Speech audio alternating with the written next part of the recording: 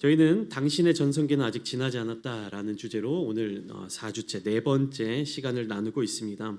오늘은 지난 시간 간단하게 함께 나누었던 요셉의 이야기를 통해 보이지 않지만 끝까지 형통한 삶이 무엇인지를 함께 나누고자 합니다.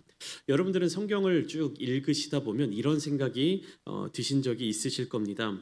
성경에 기록되지 않은 어떤 이후의 이야기라든지 혹은 성경에 기록되지 않은 그 이전의 이야기들이 궁금해서 그 부분에 대해서 상상하고 어땠을까라고 생각해 보신 적이 있으실 겁니다. 예를 들면 이런 게 있겠죠. 아담과 하와가 에덴 동산에서 쫓겨난 이후에 130세 셋을 낳고 이렇게 자녀들을 낳고 출산하고 어떤 삶을 살고 930세에 죽었다라고 기록되어 있는데, 그러면 그 한 800년의 시간 동안 아담과 하와는 뭐 하면서 살았을까? 이런 궁금증, 혹은 모세가 바로의 공주에게 건져진 후에 40세까지 어떠한 삶을 살았을까? 애굽의 왕궁에서의 삶은 어떠한 모습이었을까? 또는 노아의 홍수는 그의 나이 600세에 일어났는데 그 홍수가 일어나기 이전 노아가 500세까지는 어떠한 삶을 살았을까? 노아가 도대체 어떤 모습으로 살았기에 하나님께서 노아의 삶의 자리 가운데 온전한 사람이다라고 말씀을 하셨을까? 혹은 아브라함은 창세기 12장에서 하나님이 불러주신 75세 나이에 부르심을 받기 전에 어떠한 삶을 살았을까? 창세기의 짧은 이 12장까지 이야기 속에서만 해도 저는 여러 차례 그런 상상의 나래를 막 펼칠 때가 많이 있습니다. 그래서 성경을 볼 때마다 이런 호기심 혹은 궁금증이 계속해서 생겨나서 어느 때는 성경을 읽다 말고 자연스럽게 그런 일종의 딴 생각으로 빠져들게 되는 경우가 생겨나기도 합니다. 어떤 이야기에 대해서 호기심을 느끼게 되고 관심을 가지게 되고 그것이 궁금해지고 더 깊이 알고 싶고 자세히 알고 싶고 이런 마음이 우리는 삶을 살아가면서 여러 차례 들게 되는 경우가 있는데, 또 어떤 때 이런 마음이 들게 되느냐, 우리 성도님들은 많이 보시진 않겠지만 영화나 드라마 같은 걸 볼 때 이런 궁금증이 생겨나기도 합니다. 예를 들면 이런 것이죠. 우리가 아이들이 보는 이제 동화책을 읽다 보면 신데렐라 이야기가 드라마로 생겼다라고 가정을 해봅시다. 그러면 신데렐라의 마지막 결말은 뭡니까? 그냥 결국에 신데렐라가 왕자님과 결혼하여 오래오래 행복하게 살았습니다라고 동화책에서는 끝나요. 그럼 거기서 우리는 궁금증이 생겨난 거죠. 그러면 이 신데렐라와 왕자님은 결혼하고 어떻게 살았을까? 두 사람의 그 신혼 생활은 어땠을까? 왕자와 데이트할 때는 뭐 어떻게 데이트를 했을까? 애는 몇 명을 낳았을까? 애들 키울 때는 뭐 어떻게 키웠을까? 이런 것들이 저는 궁금하더라고요. 어릴 때 동화책을 보거나 TV를 보거나 영화를 보거나 할 때마다. 그래서 이 동화는 이렇게 끝나죠. 오래오래 행복하게 살았습니다라고 끝났지만 어떻게 행복하게 살았는지에 대한 그런 상상의 나래를 펼치기도 했습니다. 그러니까 영화나 드라마 같은 것을 보면 어떻습니까? 계속해서 후속편이 나오게 되는 거예요. 사람들이 궁금해하고 관심을 갖고 많이 팔리게 되니까 다음 이야기가 이어지는 겁니다. 시리즈도 생겨나고 스핀오프, 프리퀄, 시퀄, 이름도 생소하고 어려운 그런 이야기들 가운데 어떤 한 사람의 전반부의 이야기, 그다음에 후반부의 이야기, 드라마 속의 이야기, 이 모든 것들을 우리는 다 알고 싶어하고 궁금해하고 관심을 갖게 되는 것입니다. 그렇게 하는 것이 장사가 되니까 드라마 제작사들이라든지 영화 제작사라든지 그런 이야기들을 계속해서 생산해내고 만들어내는 것이죠. 그런데 우리가 성경을 쭉 묵상하면서 성경의 내용을 계속해서 읽어 나갈 때 깨닫는 바는 무엇이냐 하면, 성경은 우리가 알고 싶은 내용 혹은 우리가 궁금한 내용에 대해서 모두 다 담아주지 않는다라는 것입니다. 등장하는 인물들의 삶 전체를 다 조망하거나 기록하지 않는다는 것이죠. 오늘 함께 나눌 이야기의 주인공인 요셉 또한 110세를 살았지만 우리는 요셉이 살았던 110년의 모든 인생의 이야기를 다 알지 못합니다. 성경이 주목하는 이야기, 그리고 성경이 우리에게 보여주는 이야기들만 우리가 알 수 있게 되는 것이죠. 성경이 요셉에 대하여 주목하는 시기는 언제냐? 17세의 나이에 형들에게 팔려간 이후에, 형들에게 배반당하고 배신당하고 팔려간 이후에 30살이 되어서 30세가 되어서 애굽의 총리가 되는 그 약 13년간의 시기를 성경은 주목하고 있는 것입니다. 요셉의 110년의 인생 가운데 약 10분의 1 정도에 불과한 아주 짧은 시기이죠. 그리고 그 시기는 어떤 때였냐? 요셉의 인생에 있어서 가장 비참한 시기이기도 했습니다. 요셉은요, 인생의 또 어떤 내리막길을요, 17살이라는 나이에 겪게 되는 것이에요. 그런 어린 나이에 가장 비참하고 가장 고통스럽고 어렵고 불안정한 삶의 자리 가운데로 놓여지게 된 것입니다. 그런데 왜 성경은 요셉의 바로 이 시기에 주목하고 있느냐? 그 짧은 시기에 보여준 요셉의 신실한 믿음과 그리고 하나님을 향한 신뢰, 그리고 하나님께서 요셉의 삶을 통하여서 계획하신 그 섭리에 대한 내용이 그 안에 깊이 담겨져 있기 때문입니다. 그러니까 요셉이 이 17세의 나이부터 30세까지 오늘날로 말하면 청년기의 시기를 성경은 우리에게 소개를 해주고 이 시기의 요셉의 태도, 요셉의 삶의 모습을 통하여서 남은 80여 년의 요셉의 생애를 설명해주는 어떤 열쇠로 작용하고 있다라는 것입니다. 흥미로운 사실은 그러한 사건들 이후에 요셉이 어떠한 모습으로 살았다라는 것을 성경은 구체적으로 이야기해주고 있지 않다라는 것입니다. 거의 성경은 침묵하고 있습니다. 왜 그럴까요? 요셉이 얼마나 많은 축복을 받았고 얼마나 형통한 삶을 살았고 얼마나 대단한 삶을 살았고 얼마나 부유함과 복과 권력을 누리면서 살아갔는지 성경은 구체적으로 이야기해주지 않고 있다는 것입니다. 요셉이 위기에 빠졌을 때, 요셉이 어려움에 빠졌을 때, 고통 가운데 있을 때, 억울함을 느낄 때, 그다음에 유혹에 빠질 때, 유혹이 요셉의 삶의 자리 가운데 있을 때 이러한 모습은 굉장히 구체적으로 설명해주고 소개해주고 있는데 요셉이 잘 되었을 때, 복 받았을 때, 총리로서 애굽에서의 어떤 그런 권력을 누리는 모습은 거의 설명을 해주지 않고 있다는 것입니다. 우리는 무엇이 더 궁금합니까? 요셉이 고통을 당한 이야기보다 요셉이 총리로서 어떠한 권력을 누렸는지에 대해서 더 관심을 갖는 것이 사람의 본성입니다. 우리가 바라보는 것도 무엇입니까? 우리 인생의 자리 가운데 나는 고통을 당하기 싫어. 나는 고난을 당하기 싫어. 나는 복을 누리고 싶어. 나는 내 삶이 편안했으면 좋겠어. 이런 것을 꿈꾸며 살아가지 않습니까? 그런데 성경이 보여주는 이야기는 무엇이냐? 요셉이 고난 가운데 빠져 있는 모습, 고통받고 있는 모습, 억울함 가운데 빠져 있는 그 모습을 더 상세하게 우리에게 소개해주고 있다는 것입니다.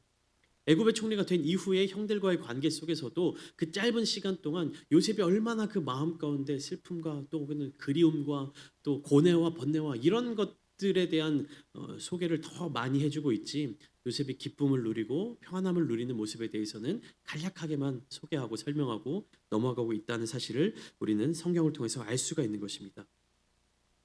근데 왜 성경은 그렇게 요셉의 남은 삶에 대해서 구구절절히 보여주지 않는가? 그 이유는 간단합니다. 그럴 필요가 없기 때문이에요. 요셉은 그의 평생의 삶을 살아가는 동안 변함없이 하나님 앞에서 동일한 신실함으로 살았을 것입니다. 왜 그러냐? 인생의 가장 어렵고 비참한 시기에도 하나님과 동행하고 하나님을 철저하게 신뢰하고 하나님께서 인정하시는 형통하는 삶을 살았기 때문에 요셉은 그런 고난의 시기, 어려움의 시기를 넘어서서 인생의 가장 빛나고 화려한 시간 속에서도 동일하게 하나님을 신뢰하고 하나님과 동행하며 형통한 삶을 살았던 것입니다. 참 재미있는 사실은 바로 이 시기, 요셉이 가장 큰 고통과 어려움을 겪었던 이 시기가 요셉의 나이를 분명하게 알려주고 있는 시기이기도 한다는 것입니다. 그러니까 성경 속에서 요셉의 나이를 보여주는 때가 3번 있어요. 뭐냐면 17세 소년의 때, 그리고 30세 총리가 되었을 때, 110세 죽었을 때. 그러니까 17세부터 30세까지 나이를 알려주는 이유는 무엇이냐? 그 시기 13년이라고 하는 그 시간을 정확하게 보여주기 위함이에요. 창세기 37장 2절을 보면 야곱의 족보는 이러하니라. 요셉이 17세의 소년으로서 그의 형들과 함께 양을 칠 때 그의 아버지 아내들 비라와 실바의 아들들과 더불어 함께 있었더니 그가 그들의 잘못을 아버지에게 말하더라. 17세의 소년이었던, 그러니까 소년이라고 하는 이 요셉의 시기를 강조하고 있는 것이죠. 창세기 41장 46절 보시면 요셉이 애굽 왕 바로 앞에 설 때에 30세의 나이였다라고 성경은 정확하게 기록하고 있는 것입니다. 그러니까 다시 말하면 요셉의 고난은 몇 살 때 시작돼서 17에 시작돼서 몇 살에 끝났다? 30세 되던 해에 끝났다라는 것을 성경은 분명하게 알려주고 있는 것입니다. 그 이후에는 풍년이 7년 지나고 2년 흉년이 지속되었다라는 어떤 요셉의 말을 통해서 요셉의 나이 39에 아버지를 다시 만나게 되고 형제들을 다시 만나게 되었다는 사실을 알 수 있으며 야곱이 애굽으로 넘어왔던 나이는 130세 그리고 17년간 애굽에 거주하면서 147세 나이로 이제 세상을 떠났다라는 이 성경의 메시지를 통해서 야곱이 죽었을 때 요셉의 나이는 56세였다라는 것을 우리가 추론할 수 있는 것입니다. 그 외에는 요셉의 나이가 성경에 정확하게 기록되어 있지는 않다라는 것을 우리가 알 수 있죠. 오늘 본문이 시작되는 22절 말씀을 보시면 이렇게 기록되어 있는데 요셉이 그의 아버지의 가족과 함께 애굽에 거주하여 110세를 살았다라고 말씀이 시작되고 있습니다. 그리고 나서는 26절에 이르러서 창세기의 모든 이야기가 종결됩니다. 그런데 22절 바로 앞절인 창세기 50장 21절은 그때 요셉의 나이는 몇 살이냐? 56세였어요. 21절과 22절 한번 연이어서 읽어보겠습니다. 우리 함께 읽어보겠습니다. 시작. 당신들은 두려워하지 마소서. 내가 당신들과 당신들의 자녀를 기르리이다 하고 그들을 간곡한 말로 위로하였더라. 요셉이 그의 아버지의 가족과 함께 애굽에 거주하여 110세를 살며. 여러분 어떻습니까? 성경을 쭉 읽어 나가시면서 이것이 자연스럽게 연결되십니까? 그냥 부드럽게 이어지죠. 근데 이 21절과 22절 사이의 간극이 얼마나 크냐? 21절에 말할 때 요셉의 나이는 56세였어요. 근데 22절로 자연스럽게 넘어오는 순간 요셉의 나이가 110세라고 성경은 소개하고 있는 것입니다. 그러니까 창세기 50장 21절 말씀을 잠깐 설명을 드리면 야곱이 죽었을 때 요셉의 형들이 이제 두려워서 벌벌 떠는 거예요. 요셉이 우리를 애굽 땅으로 인도해주고 우리에게 친절히 대해주고 우리를 잘해줬던 이유는 아버지가 아직 살아계셨기 때문에 우리에게 잘해줬다. 이제 아버지가 돌아가시고 없으니까 요셉이 다시 우리에게 복수할지도 모른다라고 형들이 이렇게 무서워하고 두려워하고 있을 때 요셉이 그 형들에 대하여서 이런 말을 주고 있는 거예요. 두려워하지 말라, 무서워하지 말라. 나를 애굽 땅에 보낸 것은 형들이 나를 노예로 팔았기 때문이 아니라 하나님께서 나를 이곳에 보내셨고 하나님께서 나를 이곳에 인도해 주셨고 하나님의 계획 가운데 있었던 일이었기 때문에 형들은 그것으로 인해서 두려워하지 말라. 요셉이 이렇게 형들을 위로하는 장면인 것입니다. 당신들은 두려워하지 마소서. 내가 당신들과 당신들의 자녀들을 끝까지 책임지겠습니다라고 형들을 위로하는 모습. 그것이 21절인데 순식간에 22절로 들어와서 54년의 시간이 휙 지나가서 요셉이 110세가 되어서 26절 말씀으로 애굽 땅에 묻혔다라는 말로 끝나게 되는 것입니다. 이 한 절 동안에 54년의 공백이 생겨버린 것이 왜 그렇게 되었을까? 왜 성경은 이렇게 기록하고 있을까? 그 54년의 시간이 요셉에게 별 의미가 없는 시간이었기 때문에 그랬을까요? 아닙니다. 무엇이냐? 그 54년의 시간, 54년뿐만 아니라 요셉이 17세 소년으로부터 성경에 등장한 이후로 110세까지 요셉은요 동일한 모습으로 하나님과 동일한 관계로 형통한 삶을 살았기 때문이에요. 요셉의 태도, 요셉의 자세, 요셉의 믿음, 요셉의 신앙은요 17세의 모습이나 30세의 모습이나 110세의 모습이나 동일했기 때문에 성경은 그 부분에 대해서 굳이 구구절절하게 설명하지 않고 있는 것입니다. 여러분 예수님의 삶을 우리가 기억하면요 예수님이 공생의 3년을 제외하면 약 3년 6개월의 시간을 제외하면 30년의 삶이 대부분 성경에 기록되지 않고 있습니다. 예수님께서 공생의 사역을 시작하신 나이가 30세인데 그러면 도대체 예수님은 30살이라고 하는 그 나이까지 어떠한 삶을 사셨을까? 예수님이라고 하는 이 성자 하나님이신 예수님의 이 땅에서의 삶의 모습은 어땠을까라는 것을 성경은 거의 소개하고 있지 않아요. 갓난 아이 때, 어린 아이 시절에 잠깐의 한두 절의 말씀을 빼고는 예수님의 그 과거의 시절, 사역을 시작하시기 이전의 모습을 소개하고 있지 않습니다. 그러나 우리는 믿음으로 알 수 있습니다. 무엇입니까? 예수님이 보내셨던 그 30년의 세월은 하나님의 아들로서 준비되고 훈련받으며 그 아버지의 뜻을 이루기 위한 그 삶을 준비하던 시기였구나. 여전히 공생의 사역의 삶을 시작하시면서 아버지와 깊은 관계를 누리며 새벽마다 기도하시며 아버지의 말씀에 순종하며 살아가셨던 그 예수님의 삶이 30세 이전의 모습에도 동일한 모습으로 나타나고 있었겠구나라는 것을 우리는 믿음으로 발견할 수 있는 것입니다. 그렇기 때문에 오늘 우리는요, 보이지 않는 시기에도, 우리가 발견하지 못하는 그 순간에도 하나님과 동행하며 끝까지 형통했던 삶을 살았던 요셉의 이야기를 통해 우리에게 주어지는 전성기는 눈에 보이는 화려한 순간이 아니라 하나님 앞에서 끝까지 신실한 삶을 사는 것임을 함께 나누고자 합니다. 여러분, 요셉이 애굽에 팔려가 보디발의 집에서 종으로 살던 그때 성경은 뭐라고 기록하고 있냐면 여호와께서 요셉과 함께 하심으로 그가 형통한 자가 되었다라고 이야기하고 있습니다. 창세기 39장 2절 말씀 분명하게 이렇게 기록되어 있죠. 여호와께서 요셉과 함께 하심으로 그가 형통한 자가 되어 그의 주인 애굽 사람의 집에 있으니. 여러분, 형통은요 지위나 환경에서 오는 것이 아닙니다. 성경이 말하는 형통은 하나님과 함께 하는 데서 비롯됨을 보여주는 것이에요. 감옥에 갇혔을 때에도 동일하게 여호와께서 요셉과 함께 하심으로 그에게 인자를 더하셨다라고 창세기 39장 21절은 말씀하고 있습니다. 여러분, 노예로 팔려갔을 때, 종살이 할 때, 억울함을 당할 때 그게 무슨 형통한 삶입니까? 우리 생각에. 감옥에 갇혀 있는 것이 무슨 형통한 삶입니까? 우리 생각에. 그런데 성경은 분명하게 우리에게 말씀하고 있죠. 요셉이 형통했다. 왜? 여호와께서 요셉과 함께 하셨기 때문에. 여러분, 우리는 종종 형통한 삶에 대해서 어떤 성공하는 모습 혹은 좋은 결과가 나타나는 것으로 생각하기 쉽습니다. 그렇게 이해할 때가 많이 있습니다. 그러나 성경은요, 형통한 삶에 대해서 결과로 이야기하는 것이 아니라 하나님과 어떤 관계를 맺고 있느냐에 대해서 이야기해주고 있습니다. 하나님과 함께하는 삶, 그리고 하나님께서 함께 해주시는 삶이 곧 형통한 삶이다라고 성경은 분명하게 이야기하고 있는 것입니다. 이것은 요셉의 삶 전체를 관통하는 주제이며 나아가 우리의 삶에도 동일하게 적용되는 주제인 것입니다.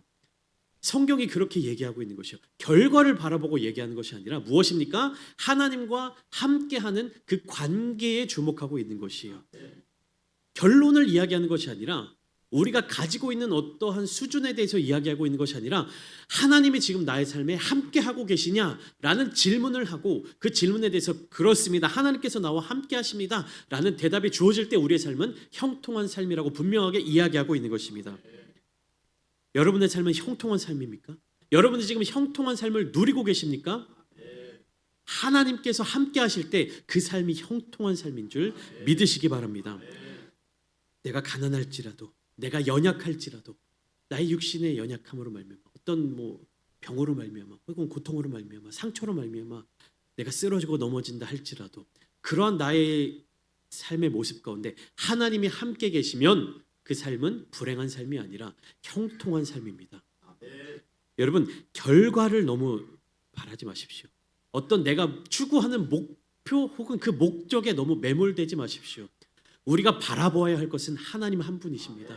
예수 그리스도께서 이 땅에 오시고 우리를 위해서 십자가를 지신 이유는 바로 그 십자가를 통해서 죄사함의 은혜를 받고 그것을 통해서 하나님 아버지께로 나아가도록 만드시기 위해서 예수님께서 이 땅에 오셨고 우리를 위해 십자가를 지신 것이에요. 예수님의 십자가는 반드시 하나님께로 연결되어야만 하는 것입니다. 예수님 우리를 향해서 길이요 진리요 생명이다라고 말씀하신 그 길이 무엇입니까? 어디로 향하는 길입니까? 천국으로 향하는 길이라고 단순하게 생각하지 마십시오. 하나님 아버지께로 나아가는 길입니다. 예수님이 아니고서는 우리가 아버지 되시는 하나님께 나아갈 수가 없습니다. 그것을 위하여서 예수님께서 이 땅에 오신 것이요. 그럼 우리에게 있어서 형통한 삶은 무엇입니까? 예수 그리스도를 통하여서 하나님 아버지께로 나아가며 하나님의 주권에 이끌림 바 되는 삶을 살아가는 것이 형통한 삶이 되는 것입니다. 여러분, 요셉이 17세의 노예로 팔려서 30세의 총리가 되기까지의 그 13년은 인생에서 가장 혹독한 시간이었습니다. 그러나 바로 그 시기가 또한 성경 속에서 요셉이 준비되어 있고 요셉이 영적으로 가장 성장했던 시기라고 우리에게 알려주고 있는 것입니다. 얼마나 어려운 시기였습니까? 형들에게 미움받고 형들에게 배신당하는, 가족에게 배신당하는 그 인간적인 그 상처가 깊이 새겨졌던 그 시기였습니다. 17살이라는 나이에. 그리고 정확한 나이는 알 수 없지만 10대 후반에서 20대 초반에 노예로 외국으로 나아가서 노예로 팔려서 제대로 문화도 다르고 언어도 다른 그 상황 가운데서 여전히 하나님을 신뢰함으로 말미암아 작은 것에 충성한 자에게 큰 일을 맡기시는 하나님의 그 질서를 깨닫게 되는 것입니다. 유혹 앞에서도 하나님만을 의지하며 하나님만을 바라보며 철저하게 신앙 고백을 했던 요셉의 태도, 그럼에도 불구하고 억울한 감옥 생활을 하게 됩니다. 여러분, 우리 생각은 어떻습니까? 하나님을 끝까지 신뢰하고 하나님의 기준에 합당한 삶을 살면 내 생각이 아니라 인간적인 생각에 끌려가는 것이 아니라 철저하게 하나님의 기준대로 살아가면 우리가 기대하는 것은 무엇입니까? 이 세상에서 우리가 승리하고 복을 누리게 되는 것을 기대하지 않습니까? 근데 요셉은요, 철저하게 하나님을 신뢰하고 철저하게 하나님의 뜻대로 살았음에도 불구하고 어떠한 과정을 겪게 됩니까? 감옥에 갇히게 되는 것이. 그런데요, 그 감옥 생활 안에서도 요셉은 어떠한 삶을 삽니까? 여전히 하나님을 신뢰하고 여전히 하나님과 동행하며 여전히 형통한 삶을 살아내는 것을 우리들에게 보여주고 있는 것입니다. 사람의 눈으로 볼 때 요셉의 이 시기, 17세 소년의 시기부터 30세 나이까지 요셉은 가장 실패한 삶이었습니다. 인간적으로 눈으로 볼 때 가장 불행한 삶을 살았던 것이에요. 가장 불쌍한 인생을 살았던 것입니다. 그러나 성경이 바라보는 시선, 하나님의 시선으로 바라보면 어떻습니까? 형통한 삶을 살았다는 것이에요. 여러분, 이것이 굉장히 중요합니다. 우리의 눈으로 볼 때, 인간적인 눈으로 볼 때 가장 불행하고 가장 불쌍한 삶을 살았던 그때가 여전히 요셉의 삶의 자리 가운데 변함없이 하나님을 신뢰하고 하나님과 동행했던 그 시간이었기 때문에 30세의 나이에 총리가 되었던 요셉의 삶 또한 여전히 하나님을 신뢰하고 여전히 하나님과 동행하고 여전히 하나님의 뜻 가운데 있었다라는 것입니다. 그렇기 때문에 성경은요, 요셉의 나머지 80년의 인생에 대해서 구체적으로 이야기하지 않고 있는 것입니다. 그의 삶에 특별한 사건이나 특별한 변화가 없었다라는 것을 의미하는 것입니다. 요셉은 어떤 지위나 어떤 상황 속에서도 하나님 앞에서 동일한 마음으로 삶을 살았던 것이에요. 가장 비참한 시기, 가장 억울한 시기, 가장 고통스러운 시기, 여전히 하나님을 신뢰하고 형통한 삶을 살았던 요셉이었기 때문에 인생의 가장 고점, 인생의 가장 우리 인간적인 생각으로 봤을 때 인생의 가장 편안한 시기를 살아갈 때도 여전히 하나님을 신뢰하는 삶을 살았다라고 성경은 그렇게 우리에게 표현하고 있는 것입니다. 그렇기 때문에 히브리서 11장 22절을 보시면 히브리서 기자는 믿음의 사람들을 나열할 때 요셉에 대하여 이렇게 이야기를 하고 있습니다. 믿음으로 요셉은 임종시에 이스라엘 자손들이 떠날 것을 말하고 또 자기 뼈를 위하여 명하였으며 라고 이렇게 간단하게만 기록하고 있습니다. 요셉은 어떤 믿음을 갖고 있는 것입니까? 하나님의 약속을 믿고 있는 것이요. 이 애굽 땅에 영원히 너희가 머물러 있는 것이 아니라 우리 가족들이 영원히 이스라엘 자손들이 영원히 이 애굽 땅에 있지 않고 어떻게 될 것이다? 곧 이곳을 떠나게 될 것이다. 요셉은 그 믿음을 갖고 있었던 것이요. 애굽이 어떤 곳이었습니까? 요셉이 인생의 최고 정점을 지녔던 땅이었어요. 내가 총리로서 내가 어떤 그 이집트라고 하는 그 역사의 한 획을 그은 나라 아닙니까? 근데 요셉은 그곳에 미련을 두지 않았다라는 것이에요. 자기 영광, 자기 권위 사람은 죽어서 이름을 남긴다. 호랑이는 죽어서 가족을 남기고 사람은 죽어서 이름을 남긴다라고 하는데 요셉은 그 애굽 땅에 이름을 남기고 싶어 하지 않았다는 것이에요. 왜요? 요셉에게 있어서 그것은 중요한 사건이 아니었기 때문에. 요셉에게 있어서 가장 중요한 것은 무엇이었습니까? 하나님과 동행하는 삶. 하나님이 계신 곳, 그 어디나 하늘나라. 주 예수와 동행하니 그 어디나 하늘나라. 여러분, 삶의 고단함, 삶의 고통, 삶의 억울함, 내 인생의 자리 가운데 내가 왜 이런 일을 겪어야 될지라는 그런 어려움과 마음의 아픔과 고통 가운데 머물러 계신 성도님들 계십니까? 요셉의 이야기를 기억하십시오. 우리의 모습이 아니라 어떤 결과가 아니라 하나님이 함께 하시기 때문에 형통한 삶을 살아냈다라는 것입니다. 여러분, 요셉의 삶을 우리가 성경을 통해서 발견할 때 눈에 보이는 어떤 전성기를 살았던 삶과 그리고 기록되지 않은 평범한 삶으로 나눌 수도 있을 것입니다. 그러나 하나님이 보시기에는 모든 삶이 다 귀하고 의미 있는 삶인 것이에요. 근데 우리는 어떻습니까? 또 족적을 남기기를 원해요. 또 성공을 하기를 원합니다. 어떤 특별한 큰 축복을 누리기를 막 원해요. 예수님 또한 어떻습니까? 사람들에게 알려진 3년의 사역보다 기록되지 않는 30년의 시간이 훨씬 더 길었습니다. 10분의 1 수준이잖아요. 그러나 그 30년의 숨겨진 삶이 있었기 때문에 예수님은 공생의 사역의 삶의 자리 가운데 하나님의 뜻을 온전히 누리며 그 뜻을 이루어 가실 수 있었던 것입니다. 우리가 살아가는 대부분의 시간도 어떻습니까? 성경에 기록될 만한, 역사에 기록될 만한 극적인 사건들이 아닙니다. 그냥 평범한 일상들이 반복되고 있죠. 그러나 그 평범하고 보이지 않는 순간, 어떤 특별하지 않은 그 순간에도 하나님은 날마다 우리와 함께 하십니다. 그 삶이 형통한 삶입니다.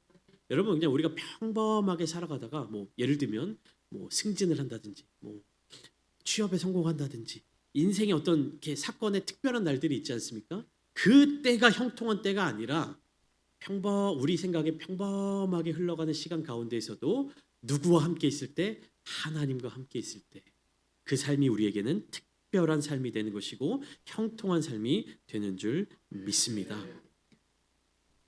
결론을 함께 나누기를 원합니다. 결국은 무엇입니까? 끝까지 형통한 삶을 요셉은 살아냈다는 것입니다.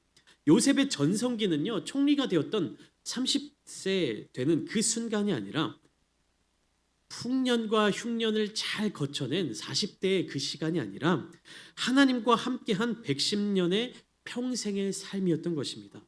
여러분, 형통은 순간의 성공이 아니라 끝까지 하나님을 의지하고 변함없이 살아내는 삶입니다. 여러분들의 삶의 자리 가운데 변함없이 하나님과 동행하시는 거룩한 삶을 살아내시기를 축복합니다. 요셉의 삶의 시기를 기억하십시오. 요셉의 청년기의 시기, 고난 속에서도 하나님을 향한 신앙을 지키는 그 시간을 기억하기를 소망합니다. 기록되어 있지는 않지만 요셉의 청장년기 시기 그리고 그 노년의 시기 가운데 여전히 하나님과 동행하며 형통한 삶을 살았던 것을 기억하시기를 축복합니다.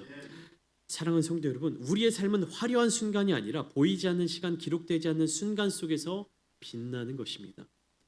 그 순간에 왜 빛날 수 있습니까? 하나님과 동행하는 순간이기 때문에.